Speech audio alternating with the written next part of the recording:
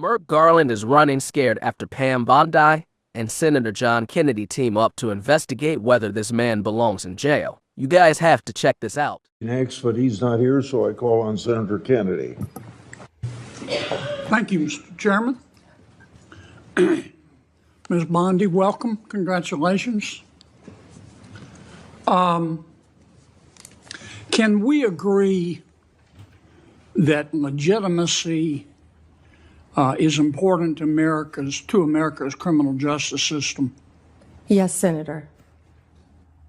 Can we agree that legitimacy is important to the Department of Justice, which in part administers our criminal justice system? Yes, Senator. And if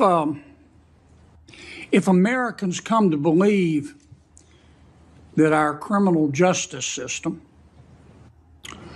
or our Department of Justice is acting illegitimately, that makes Americans less likely to accept the results of that system, does it not? Yes, Senator. And that makes Americans less likely to follow the substantive laws that we pass that are administered by the Department of Justice. Isn't that true? Yes, Senator.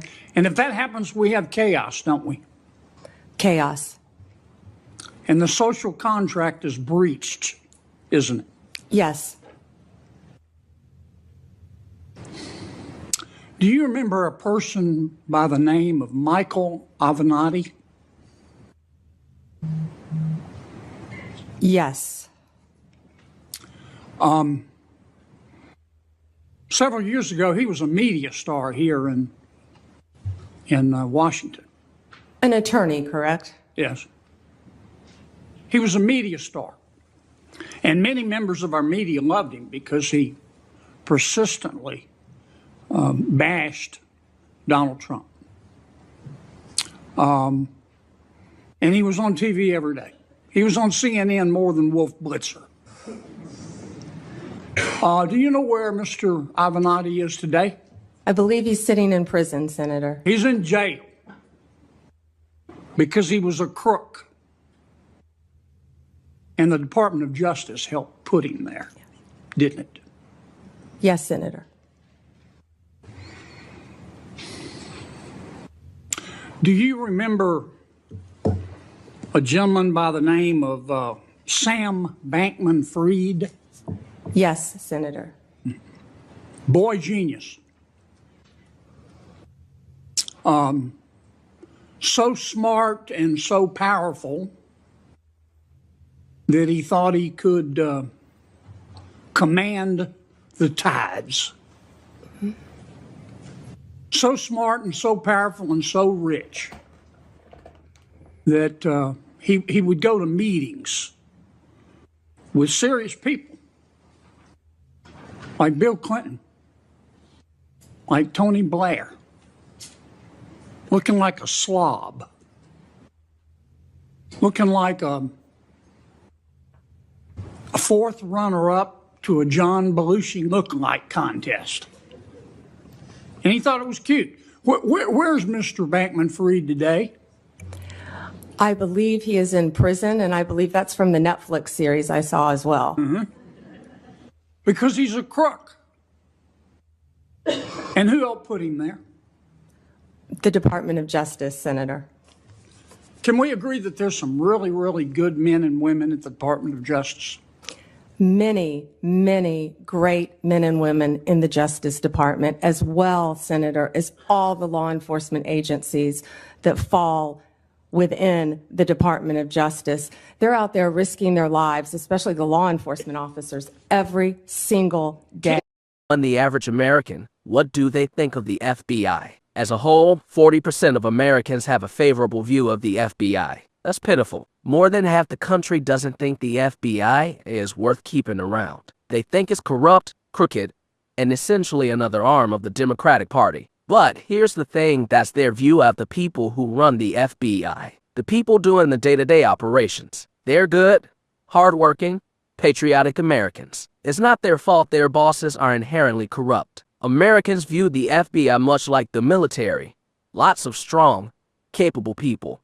But with folks like General Milley pushing propaganda. So, it's the people running these organizations who are truly the problem. If these institutions had the right leadership, people who actually abide by the Constitution and do the right thing, faith in these governmental institutions would skyrocket overnight. There have been, and may be today, some bad people at the Department of Justice. Yes, Senator. We don't know for sure because for the last 4 years, the curtains there have been tightly drawn. But I think a minority of people there, have delegitimized America's criminal justice system. The most destabilizing act that I saw in the past 4 years, maybe in the history of the department, is when Attorney General Garland decided on the basis of dubious facts and untested legal theories to criminally prosecute a former president of the United States. And not only that, this is the special part. He decided to do it after the former president of the United States had announced that he was going to run against Attorney General Garland's boss, didn't he? Senator, are you referring to going after a political opponent? I think so. Now, this is one person's opinion. That kind of stupid takes a plan. And I say that because, number one, this is America. That had never happened before in America. That's the sort of thing that happens in a country whose Powerball jackpot is 287 chickens and a goat. It doesn't happen here.